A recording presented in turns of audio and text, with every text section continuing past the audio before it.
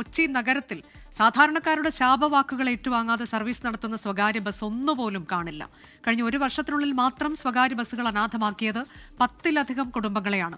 അപകടമുണ്ടാക്കിയതിനു ശേഷം കുറച്ചു ദിവസങ്ങൾ മര്യാദക്കാരാകും. വീണ്ടും ഗൂണ്ടായുസത്തിന്റെ കുപ്പായമണിയും ഇവർ.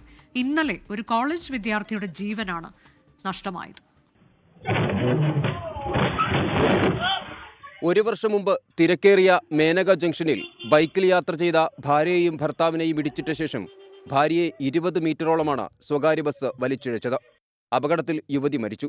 പിഞ്ചു കുഞ്ഞുങ്ങളടങ്ങിയ ആ കുടുംബം അനാഥമായി. വൈറ്റിലയിൽ തൊട്ടടുത്ത മാസം ബൈക്ക് യാത്രികനെ ഇടിച്ചു കൊലപ്പെടുത്തി. ഏറ്റവും അവസാനം ഇന്നലെ തേവര കോളേജിലെ ഗോവിന്ദ് എന്ന വിദ്യാർത്ഥിയുടെ ജീവനുമെടുത്തു. കൊച്ചിയിൽ മിക്ക ദിവസങ്ങളിലും ഇങ്ങനെ സ്വകാര്യ ബസ്സുകൾ ആളെക്കൊല്ലികളാവാറുണ്ട്. മദ്യപിച്ച് വാഹനമോടിച്ചതിന് കഴിഞ്ഞ മാസമാണ് ഡ്രൈവർമാരെ മോട്ടോർ വാഹന വകുപ്പ് പിടികൂടിയത്. സ്പീഡ് കുറച്ചോടിക്കാൻ പറഞ്ഞതിന് യാത്രക്കാരനെ ബസ് ജീവനക്കാർ മർദ്ദിച്ചതും കൊച്ചിയിൽ തന്നെ.